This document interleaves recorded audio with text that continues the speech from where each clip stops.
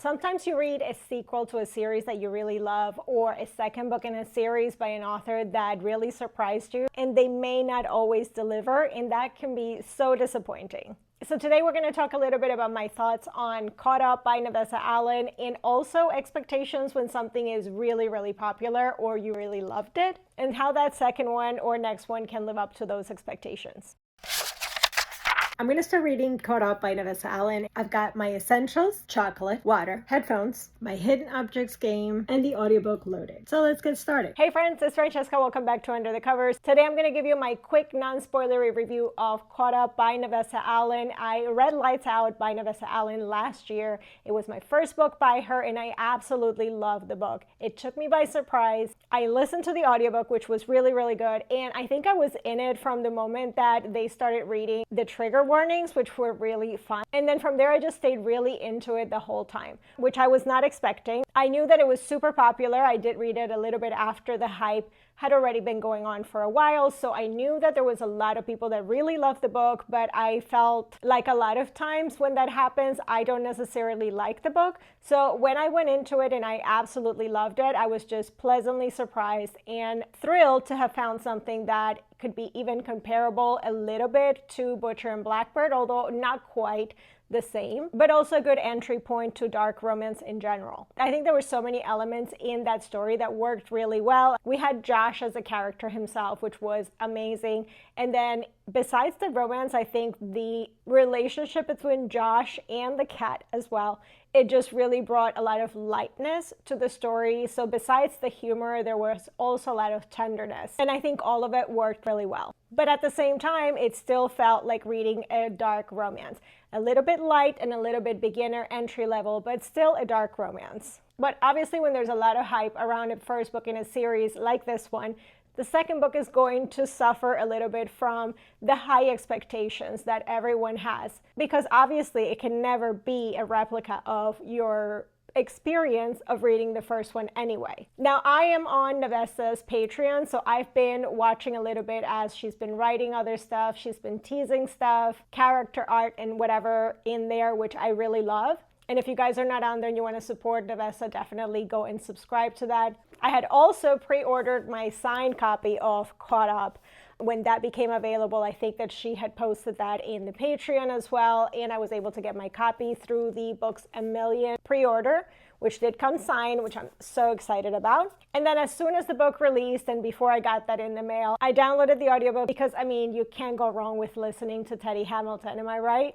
So again, from the beginning, from the trigger warnings, I absolutely loved it. I was in it. I had a smile on my face, kicking my feet and giggling, so absolutely loving it. And I basically blew through the first 30% of the book within, like, I don't know, 45 minutes. Because yes, I do listen to my audiobooks at higher speed, even though technically I shouldn't, because I should be enjoying the performance of the narrators, but I don't have time for that. Don't worry, I still enjoy it. I still really appreciate the narrators. I think also when you're used to listening to audiobooks at a certain speed, it's actually really difficult to go back to listening to normal. It feels like it's really slow, which I know is not the case. But back to Caught Up. So I started reading the book, and by the time that I had read about 30% of it, I was so into the characters. I really loved both of the characters in this story. So we have Junior, who is, yes, a member of the Mafia, and we did meet him and his whole Mafia family in the first book. And our heroine was a girl that he knew from when they were kids.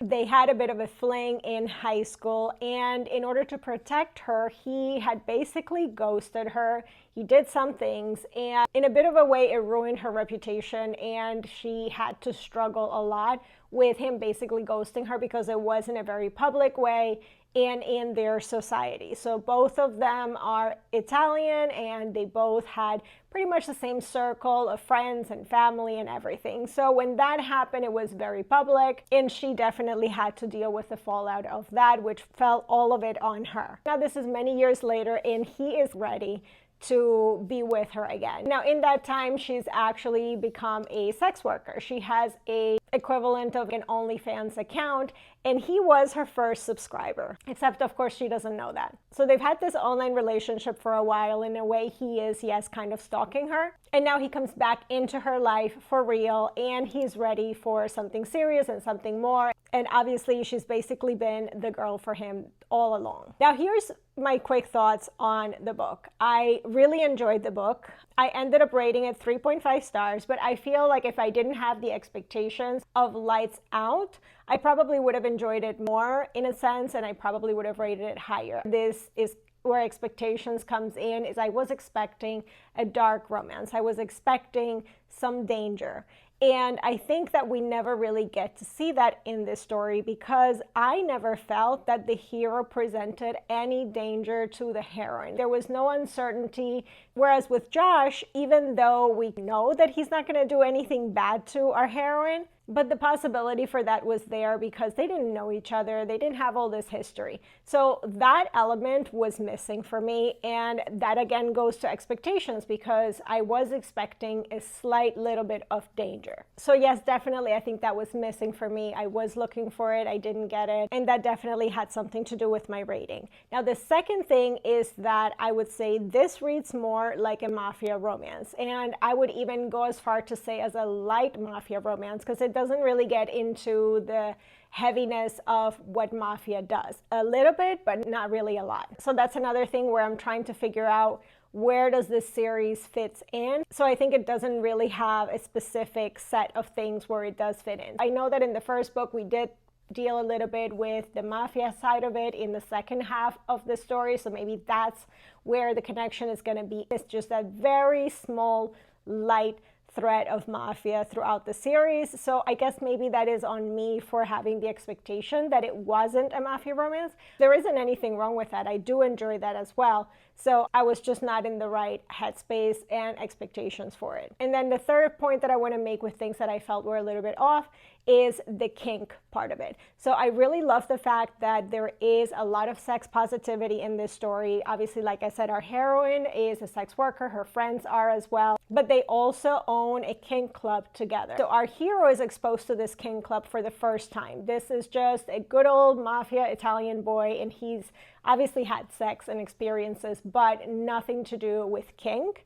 So he was very innocent in going into these scenarios and going into the club and experiencing these things, which I really appreciated, I really liked, and also knowing culturally the point of view that he probably was raised with. So I think that it was nice to see him being open and not judging and just wanting to explore things and just trying things out. So I really appreciated that as well. But coming from somebody that has read quite a bit of BDSM romance, I think, again, this was missing a lot of parts of what I would expect in a BDSM romance, especially when we're talking about a kink club environment, because we only got to see scenes where everything was very much staged as a performance, as opposed to just being in the club. I would have loved to have seen more variety than that, than every scene that we saw in the club being some kind of a performance where they were just the audience or they were the performers. I think that would have made it a little bit stronger as well. Besides that, we have a great cast of side characters, which I absolutely love, from her roommates and obviously kind of co-workers, I guess, and co-owners of the club, to her dog and her grandmother. Absolutely loved it. But I definitely think it was a missed opportunity for Junior not to be a little bit closer to our heroine's dog.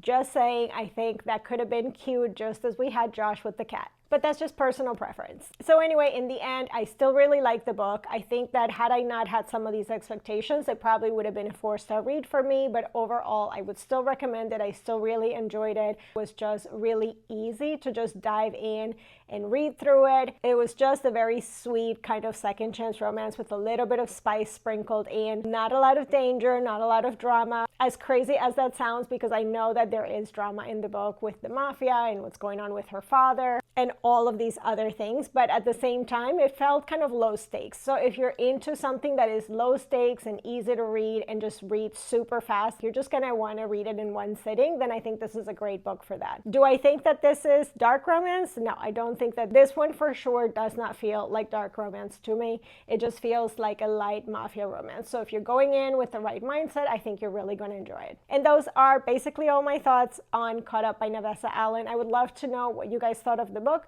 so leave me a comment and let me know. But for now, that is all I have for you guys. Don't forget to like this video, subscribe to the channel, and hit that bell notification so you don't miss any of our videos. And subscribe for free on Substack so you don't miss any content that we post across all of our platforms. In the meantime, if you want to see more books that came out last week that I was really excited to read, you can check out our new releases video for that week here and find even more recommendations. I'll see you in the next one. Bye!